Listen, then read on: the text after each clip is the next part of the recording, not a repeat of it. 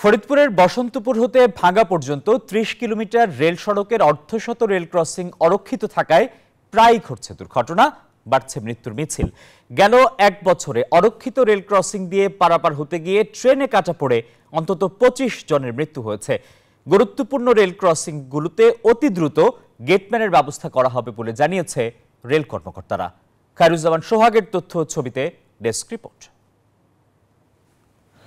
পদ্মা সেতু চালু হওয়ায় ১৭ বছর পর আবারও ফরিদপুরের উপর দিয়ে শুরু হয় রেল চলাচল। সুন্দরবন, বেনাপোল ও মধুমতি সহ ৫টি ট্রেন দিনে যাতায়াত করে ১০ বার। আর এ রেল সড়কের অর্ধশত রেল ক্রসিং রয়েছে অরক্ষিত, যার অধিকাংশ রেল ক্রসিংয়ে কোনো গেট ও গেটম্যান নেই। প্রায় ঘটছে দুর্ঘটনা। সম্প্রতি ফরিদপুর সদর উপজেলার মুন্সিবাজার এলাকায় ট্রেনের ধাক্কায় মাইক্রোবাসে থাকা স্বামী স্ত্রী সহ ৫ জনের মৃত্যু হয়। প্রতিনিয়ত এসব দুর্ঘটনায় ক্ষোভের সৃষ্টি হয়েছে জনমনে।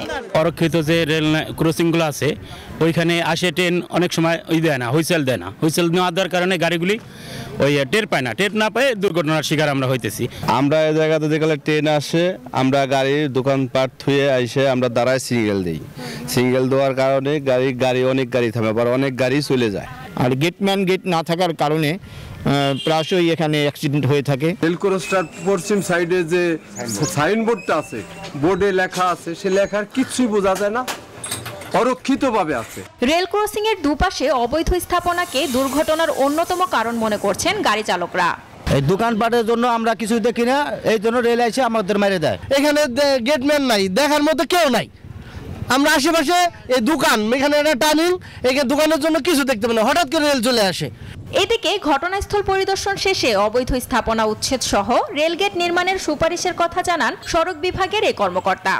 দৃষ্টিসীমাকে প্রতিবন্ধকতা যেটা তৈরি করছে সেটা রেলের জায়গার ভিতরেই আছে।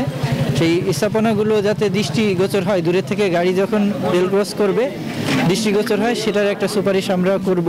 আর প্রয়োজন অনুযায়ী দ্রুত গেট তৈরির কথা জানায় রেলওয়ে পুলিশ। অরক্ষিত যে রেল গেট গুলো আছে সেই সংক্রান্তে আমরা রেলের যারা ঊর্ধ্বতন কর্তৃপক্ষ আছে তাদের সঙ্গে আলোচনা করছি। তারা নিজস্ব টিম দিয়ে এটা সার্ভে করে যেখানে প্রয়োজনীয়তা আছে সেখানে তারা স্থায়ীভাবে লেভেল ক্রসিং এর ব্যবস্থা গ্রহণ করবে। দুর্ঘটনার কারণ অনুসন্ধানের জন্য তদন্ত কমিটি গঠন ও গেট নির্মাণের আশ্বাস দিয়েছেন রেলের এই কর্মকর্তা।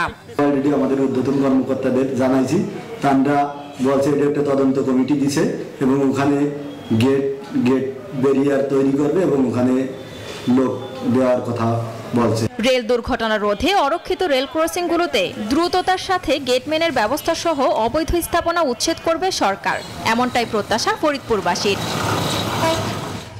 Desk report, news 24।